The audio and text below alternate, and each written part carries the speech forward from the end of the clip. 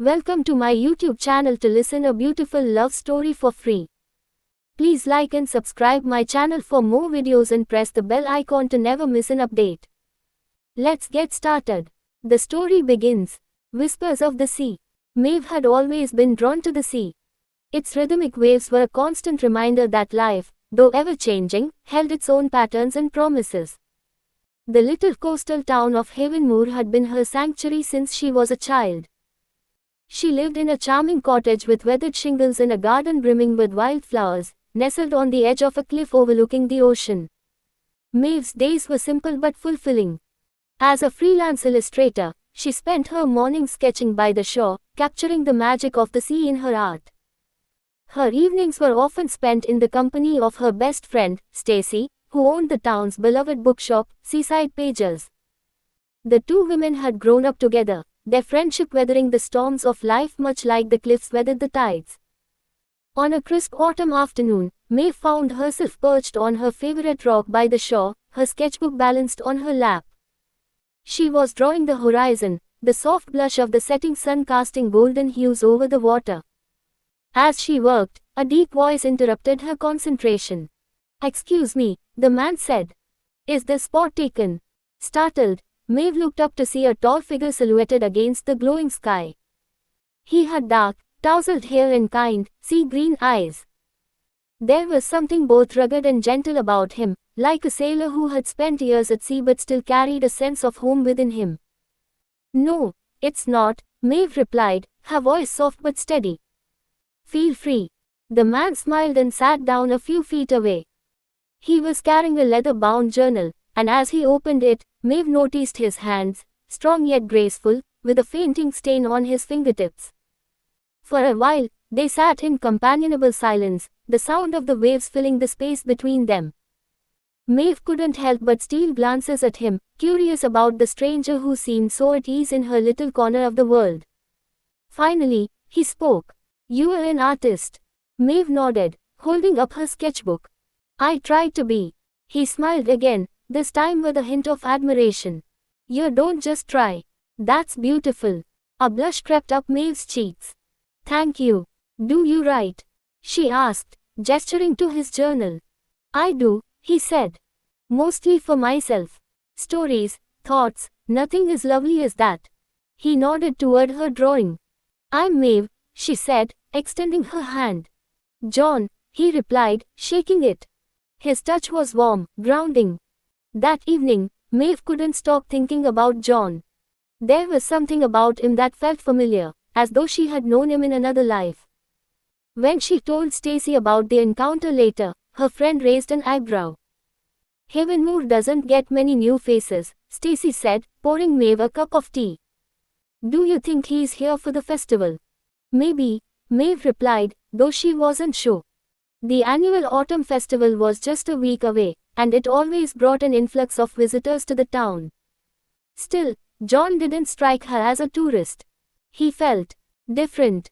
The next day, Maeve found herself wandering down to the shore earlier than usual, hoping to see him again. She told herself it was silly, she hardly knew him, but her heart didn't seem to care. To her surprise, John was there, sitting on the same rock where they had met. He looked up as she approached, a smile spreading across his face. "Maeve," he said, as though her name was a melody he had been waiting to hear. They spent the morning talking, their conversation flowing as naturally as the tides. Maeve learned that John was a travel writer, visiting Havenmoor for inspiration. He spoke of his journeys with a quiet passion, but there was a wistfulness in his voice, as though he was searching for something he hadn't yet found. As the days passed, their connection deepened. They met by the shore each morning, sharing stories, dreams, and quiet moments. Maeve showed John her favorite spots in Havenmoor, the hidden cove where the sea sparkled like diamonds, the old lighthouse that had stood for over a century, and the wildflower meadow that seemed to bloom just for them. Stacy, ever the romantic, couldn't hide her delight. "You've got it bad," she teased Maeve one evening as they closed up the bookshop. "Do I?" Maeve asked, though she knew the answer. John had become more than a stranger, more than a friend. He had become a part of her world, and she couldn't imagine it without him. But Maeve's heart was guarded. She had loved and lost before, and the scars still lingered. She was afraid to hope, afraid to believe that this time could be different. Over the next few weeks, Maeve and John became inseparable. Their mornings by the shore turned into afternoons exploring the town and evenings spent in Maeve's cozy cottage. She would sketch while John wrote, the crackling of the fireplace their only companion.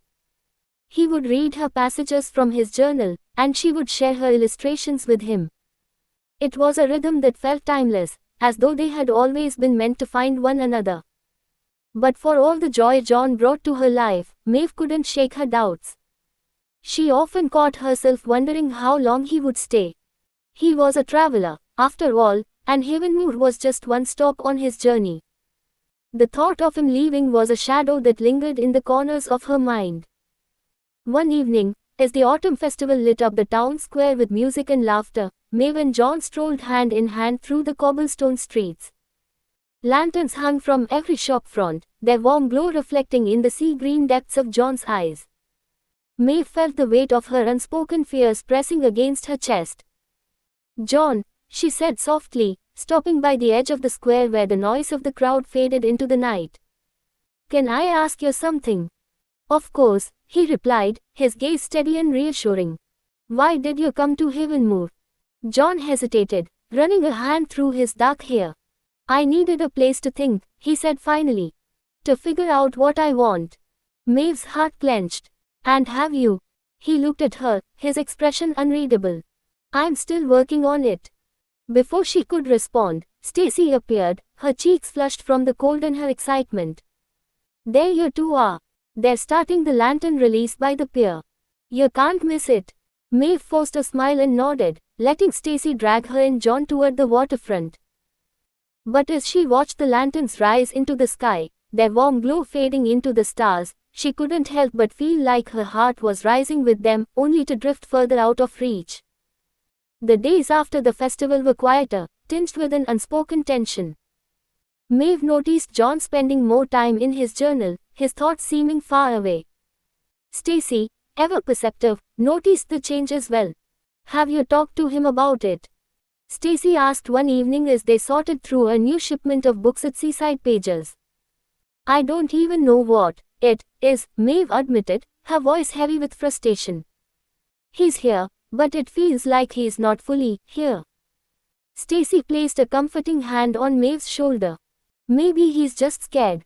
Sometimes, the things that matter most are the hardest to hold on to."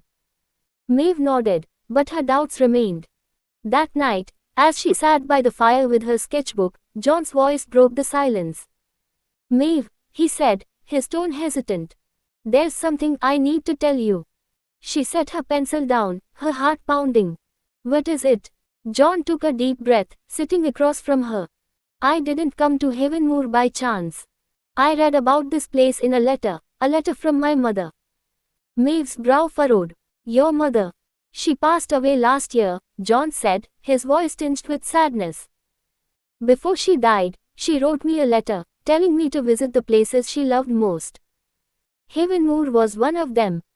Maeve's breath caught. "Why didn't you tell me?" "I wasn't sure how," John admitted. "At first, it was just another stop. But then I met you, and everything changed. You've made me see Havenmoor, and life, in a way I never expected." His words were like a balm to her fears, but they also brought new questions. "So what happens now?" she asked, her voice barely above a whisper. "When you've seen everything your mother wanted you to see?"